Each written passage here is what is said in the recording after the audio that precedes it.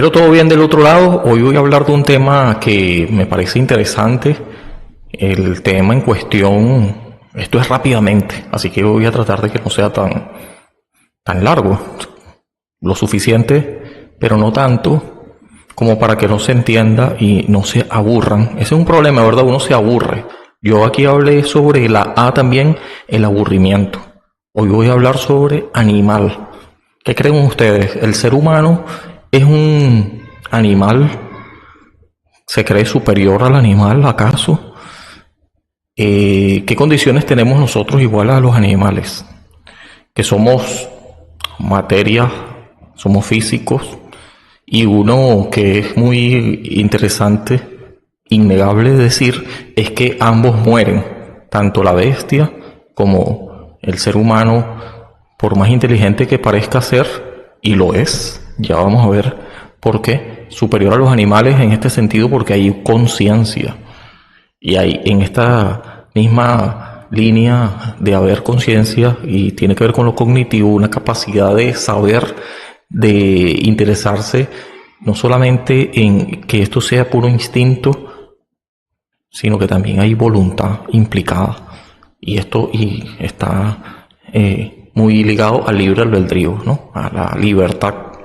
Una libertad que tan plena es esta libertad. Aquí voy a hablar de un par de personajes que bueno, yo he hablado un poco de ellos en el pasado.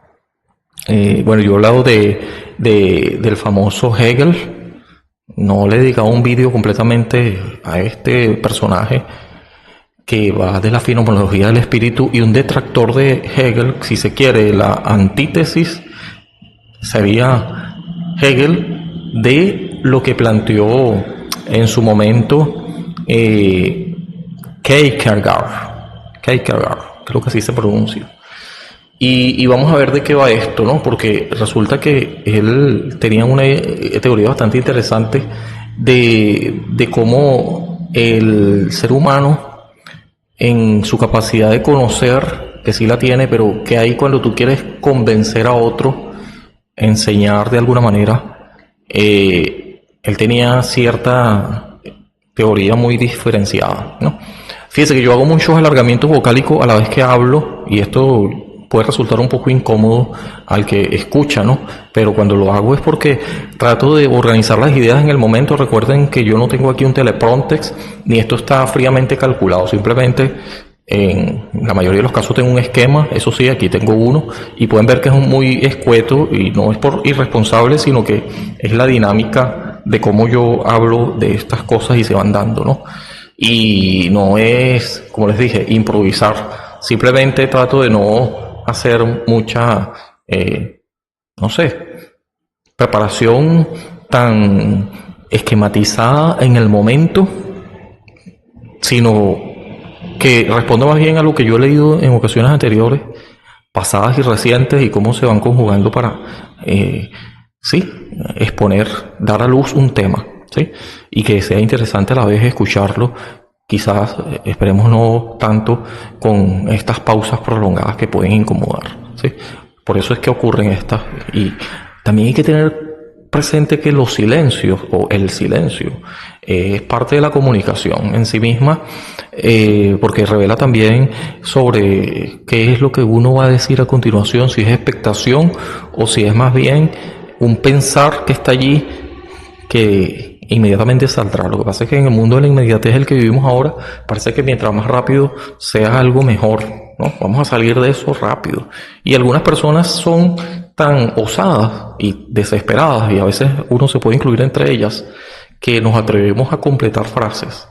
Es verdad que pudiera ser esto acertado en el hecho de que, quiero decir que cuando hay una fraseología ya uno puede intuir la próxima. Y si estás empapado un poco en la materia, o sin estarlo siquiera, puedes ya más o menos completar esta frase dentro de una oración, porque hay una sintaxis que está implicada, que uno puede predecir, ¿no? Con mucha posibilidad de equivocarse, pero con mucha de acertar también. Lo cierto es que, para no hacer esto un rollo, el caso está en que un animal. ¿Será que somos un animal? Un animal, mire cómo definía, aquí voy a tomar sí, voy a hacer un check-in. Ni siquiera me traje esto para acá. Ahí está sonando seguro. Check-in ahí breve para que ustedes vean que esto surge en el momento. ¿Sí? Nada más una fraseología que la quiero decir tal cual como la mencionó este personaje en cuestión, que es el mismo de la era de la ilustración, ilustrado, o quizás se le conozca más bien por la cuestión esta del contractualismo. Estamos hablando nada más y nada menos de, ya les voy a decir,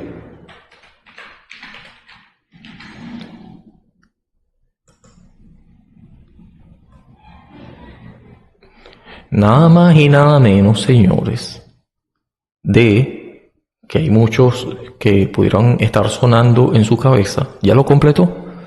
Nada más y nada menos de Rousseau.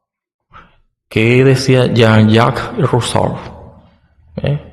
Vamos a ver qué decía él, y quiero llevar esto de manera tal cual como lo dijo. Por eso es que estoy haciendo eco de esta narrativa, ¿sí? Y ver cómo esto tiene que ver con el personaje que les había anticipado, ¿no? Y qué es lo que dijo sobre los animales en función al ser humano, ¿sí? Y qué teoría tenía él respecto a esto. Vamos a ver. Dentro de los pensamientos de Rousseau decía cosas como la siguiente, ¿sí? ¿Cómo comparó él al animal? Me estoy valiendo de un artículo, por eso que lo estoy buscando aquí, no lo tenía. Y bueno, ya ahora sí. Dice que él no veía al animal sino como una máquina ingeniosa a quien la naturaleza le ha dado sentido para dirigirse por sí misma, para que garantice cierto punto de todos los que terminan destruidos o desordenados.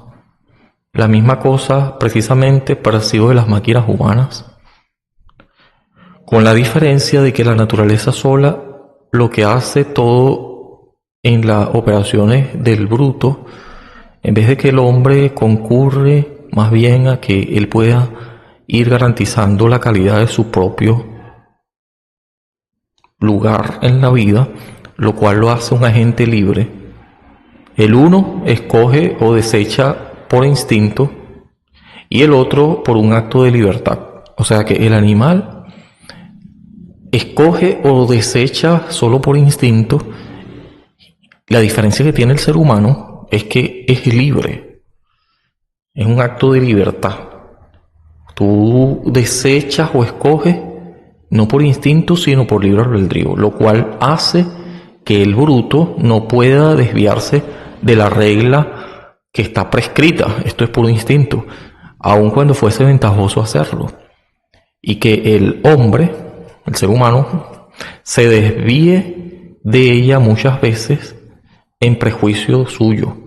Y esta es una cosa, ¿no? De que el animal no puede desviarse de las reglas y el ser humano sí, aunque vaya en su detrimento, para perjuicio suyo y muchas veces para su propio perjuicio. Así que un pichón morirá de hambre cerca de un plato lleno de carne y un gato en un montón de comida. Es así como, por ejemplo, el ser humano pudiera interpretar de que, aun teniendo las reglas prescritas, definidas, ventajosas o no, él es el que decide cumplirlas, porque está dentro de sus parámetros de libertad, que es lo que hace diferente el ser humano de los animales. Y por ahí había otra fraseología que ya vamos a seguir diciendo, ¿no? Entonces lo que decía Rousseau, y por ahí vemos también lo que él decía sobre la naturaleza del buen salvaje, es que el ser humano pudiera ser y así es, justamente como yo lo creo también, superior al animal en el sentido de que tiene raciocinio. Y este raciocinio lo lleva de alguna manera a identificar qué le conviene y qué no. Pero este mismo raciocinio y esta misma libertad le va a terminar a veces jugando en contra, pero es su propia elección. De modo que, como decía Sartre, estamos condenados a ser libres. Son nuestras propias decisiones lo que nos llevan a actuar de una forma u otra.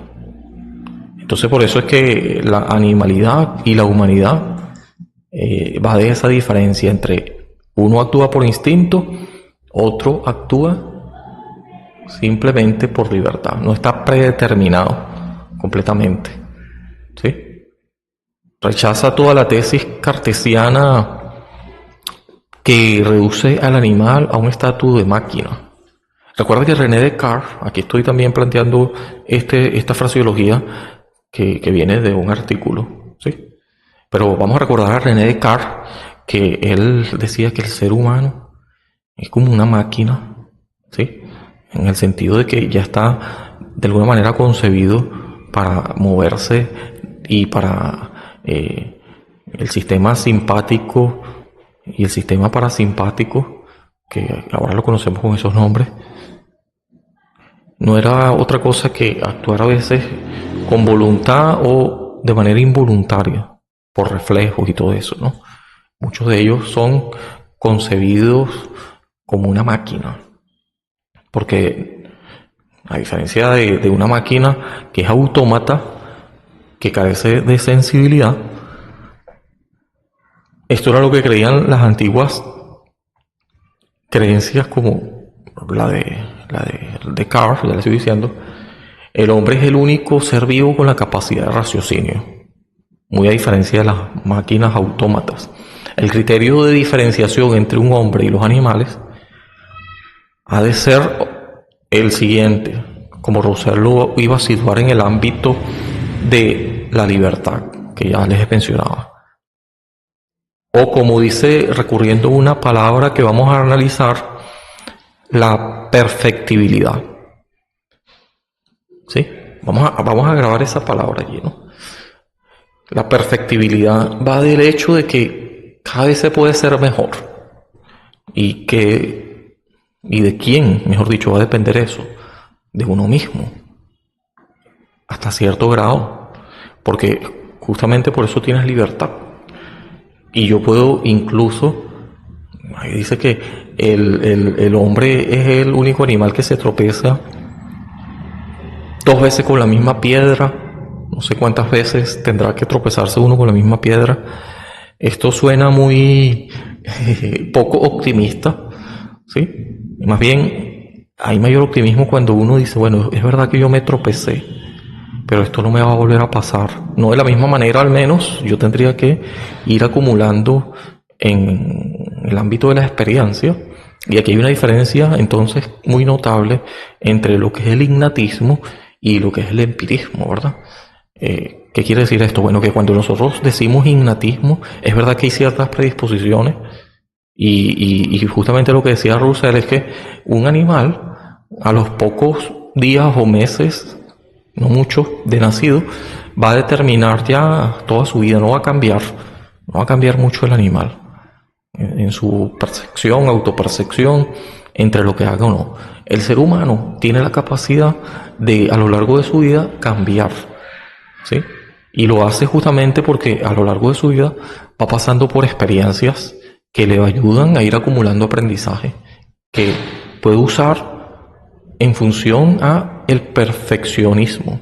No estamos hablando de ser perfecto ni nada, lo que estamos hablando es, hay una diferencia entre perfeccionista y la palabra perfectible.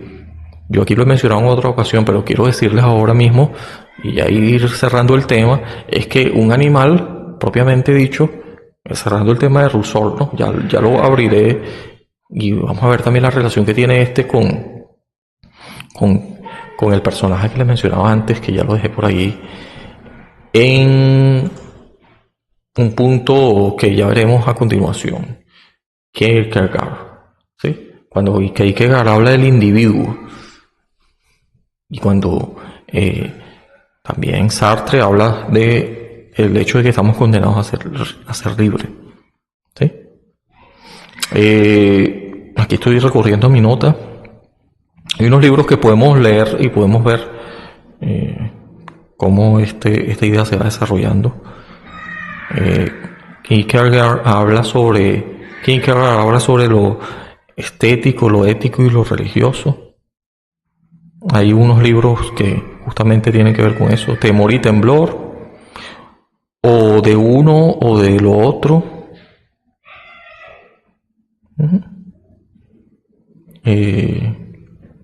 La angustia, la enfermedad,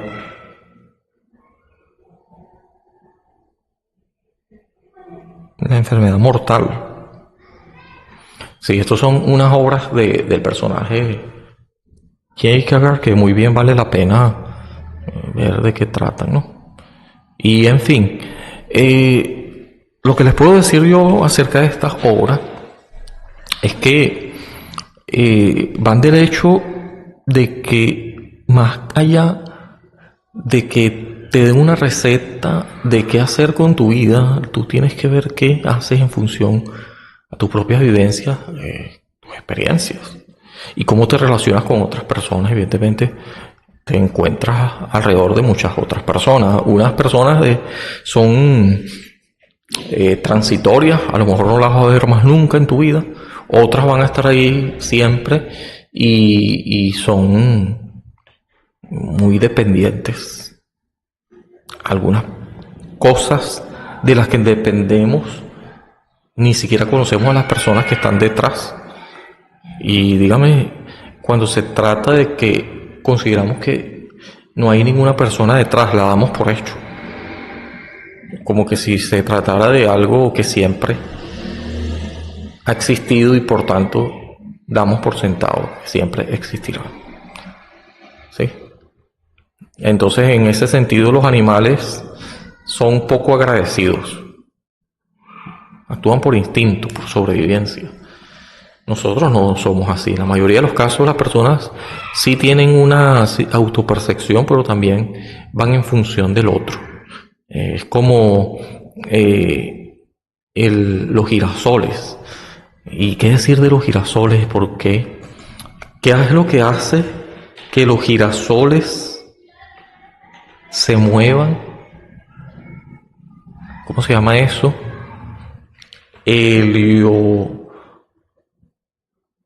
Tiene que ver con eso, ¿verdad? Desarrollan el heliotropismo, creo que se llama así. Entonces van en una dirección al sol, ¿no? Que justamente helio va de esa palabra. Y tropismo es el lugar que ocupa el sol, ahí van ellas, ¿no?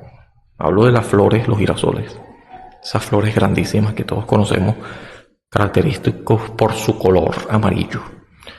Y Fibonacci también vio ahí en ellos unos patrones de regularidad en los pétalos, como estos tenían una estructura muy predecible, muy de alguna manera, ¿cómo se llama eso? Que implica la belleza, ¿no? Una proporción áurea, una proporción bastante equilibrada, que siempre nos llama la atención y siempre se atribuye por ahí a lo estético, a lo bonito. Pero en este momento no me voy a centrar tanto en esas características que sí son muy notables, sino en esta otra que viene del heliotropismo. ¿Sí? Es una característica. ¿Por qué yo hablaba de eso? Porque a diferencia de los animales que actúan y capaz que sigan a un líder como los lobos, ¿sí? No se fijan en sino para su sobrevivencia.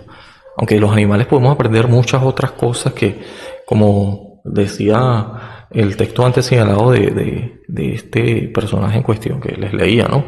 De Rousseau, que a diferencia de los animales, nosotros como podemos decidir en algún momento podemos decidir mal, y tan mal que vaya en nuestro propio deterioro. Los animales es verdad que no actúan con una libertad plena de ese tipo, sino por mera sobrevivencia, instinto.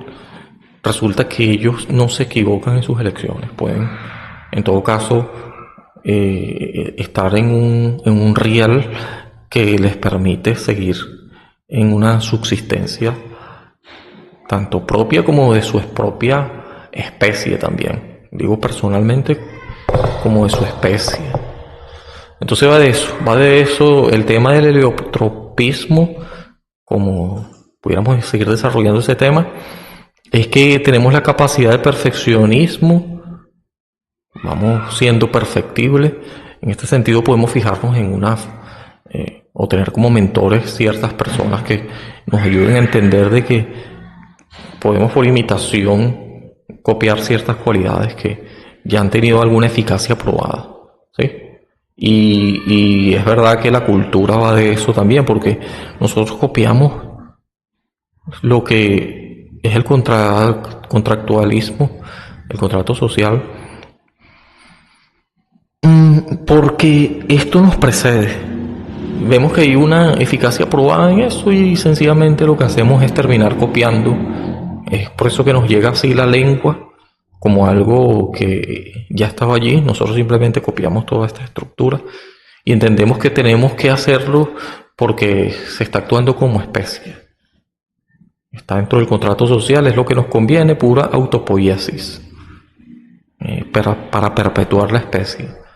Y es interesante que si nosotros seguimos por esa misma línea de conducta, probablemente nos vaya a ir bien, aunque como no somos autómatas, sí que podemos agregarle. Por eso es que Kierkegaard hablaba sobre la individualidad. La individualidad. ¿Qué decía Kierkegaard de la individualidad? De que nosotros podemos usar nuestra libertad para lograr nuestros fines ya más personales. Pero ahí tenemos que tener cuidado. Tenemos que tener cuidado. Porque resulta, aquí estoy cerrando esto. Resulta que en quién nos fijamos, qué modelo tenemos, en quién vamos a seguir. ¿Es un buen modelo acaso? ¿Bueno para qué? ¿Bueno en sí o bueno para mí? ¿Sí? Entonces ya me estoy yendo a la tendencia esta de pura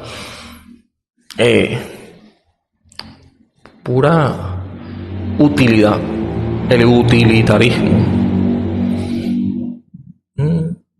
Y esta cuestión de por qué hay algo, pudiendo no haber nada, que planteó en su momento Leibniz. Estoy siendo lento, disculpen. Se me olvidan los personajes.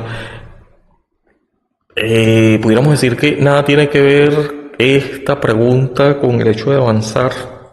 Más bien asumamos de que hay algo ya de por sí, porque si no fuera el caso, pienso luego existo, yo primero existo, ya asumamos el hecho del ser y luego lo demás. Ser y pensar parece un dualismo, pero es más bien un monismo, ¿verdad? Yo tengo que existir para pensar y pienso, entonces por eso soy. Entonces resulta que, asumiendo el hecho de que ya estamos aquí, el mundo es lo que es el caso, diría Wittgenstein. Entonces, nada, partimos de eso para ir configurando nuestra vida. Estamos en el mundo, como decía Heidegger también, que él copió muchas de estas ideas sin darle mérito, usar referentes, no lo mencionó en ninguno de sus escritos.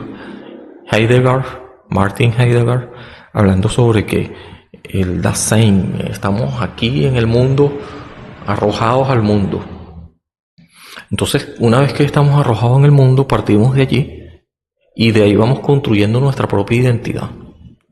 Y eso va a resultar así debido a nuestra experiencia. Nos lanzan al mundo con ciertas predisposiciones, es verdad. no somos una tabula rasa y que nosotros mismos vamos configurando esto como si fuéramos ahí una piedra caliza, no una hoja en blanco. Esa metáfora no está bien, no es justo, ¿sí? No es justa, no es suficiente. Nosotros también vamos sofisticando el aprendizaje mediante nuestras vivencias, así que el empirismo y el innatismo no están disociados, sino que terminan resultando. Primero nacemos, somos, hay un ser, después vemos cómo somos, y eso lo voy construyendo yo, raciovitalidad, ¿sí? José Ortega y Gasset.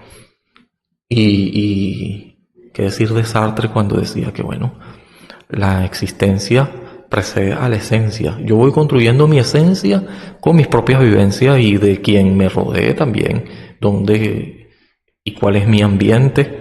Eso tendría que ver con en parte sí, con la ecología del desarrollo humano, de la que habló en ese esquema, en ese modelo que puso Uriel Bronfenbrenner, de los círculos concéntricos en relación a cómo yo influyo y esto también me influye a mí dentro de un sistema de interrelaciones, ¿verdad?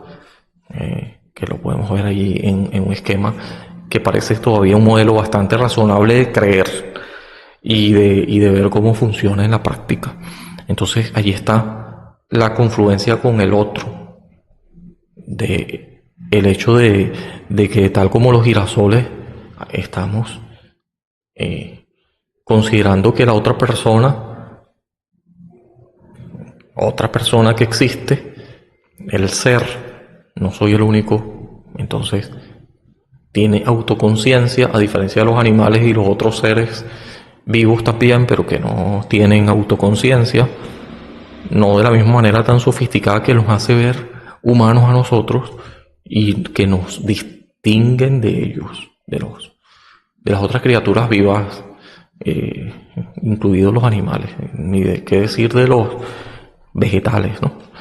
Entonces nosotros sí que tenemos una superioridad en ese sentido, pero que nos lleva a estar consciente de nuestro ambiente, que incluye otros seres. Entonces ahí va, y por eso el aprendizaje colectivo, el aprendizaje cooperativo es posible, sencillamente la forma en la que ha crecido la humanidad. Esto es la autopoiesis, pero que en medio de todo eso ha ocurrido también situaciones embarazosas, porque el ser humano en esta libertad que le condena a ser libre, que le es una condena, también ha hecho cosas que no debía haber hecho, que van en su detrimento, que a lo mejor se pueden corregir, pero se hace daño en el sentido de esta autonomía. Si no la usas bien, te va a hacer daño también, ¿sí? Bueno, no sé si esto va por ahí, pero yo lo voy a ampliar en otra oportunidad. Me parece súper interesante, sobre todo los planteamientos de Kierkegaard, ¿sí? Eso sí lo voy a ampliar. Y nada, Kierkegaard. Es un poco difícil, creo que eso es alemán, ese nombre. Y sí es que tengo mucho que decir, pero lo voy a dejar hasta aquí. Somos animales, ¿qué piensa usted? Somos superiores a los animales. ¿Qué hay de la teoría esta de la evolución, donde nos ha rebajado animales? Y pensar en eso nos ha hecho tener una gran excusa para justificar otros procederes, como la sobrevivencia del más apto, sálvese quien pueda, o de actuar por instinto y de no hacerse responsable. Somos infinitamente responsables con el otro, como decía Levinas, hablando de esto ya en consideraciones éticas. ¿Y qué hay de nuestra responsabilidad con nosotros mismos? El hecho de que estamos aquí en el mundo como el Dasein, pero nosotros tenemos que construir nuestra identidad, ¿sí? Nuestra esencia. Eso nos corresponde. No podemos echarle la culpa a más nadie, y en ese sentido somos protagonistas de nuestro aprendizaje y no somos y no quiere decir esto, más bien todo lo contrario, de que estamos determinados. Hay muchas cosas que nos condicionan, es verdad, en nuestro ambiente, la lengua que nos precede, ciertas predisposiciones o innatismo, pero sí que nosotros podemos, no perfecto todavía, pero hablamos de qué cosa hablamos, ¿recuerda? De aquella cuestión que es perfectible. Nuestra vida puede ir de menos a más, y de hecho es el caso, a diferencia de los animales, que siempre van a ser tal cual a los pocos meses, como decía Russell, y a lo largo de su vida sin ningún cambio, ¿sí? Allí prácticamente con estas cualidades o atributos que son inamovibles, ¿no? Pero que nosotros sí que podemos ir cambiando estos atributos, para mal o para bien. Pero cualquier cosa que hagamos es nuestra decisión. Y en este caso estamos condenados a ser libres. Muy bien, lo voy a dejar hasta allí, porque lo voy a enredar más y esto yo lo voy a seguir hablando. Esto solamente es un abreboca. Chao, hasta luego, nos vemos pronto.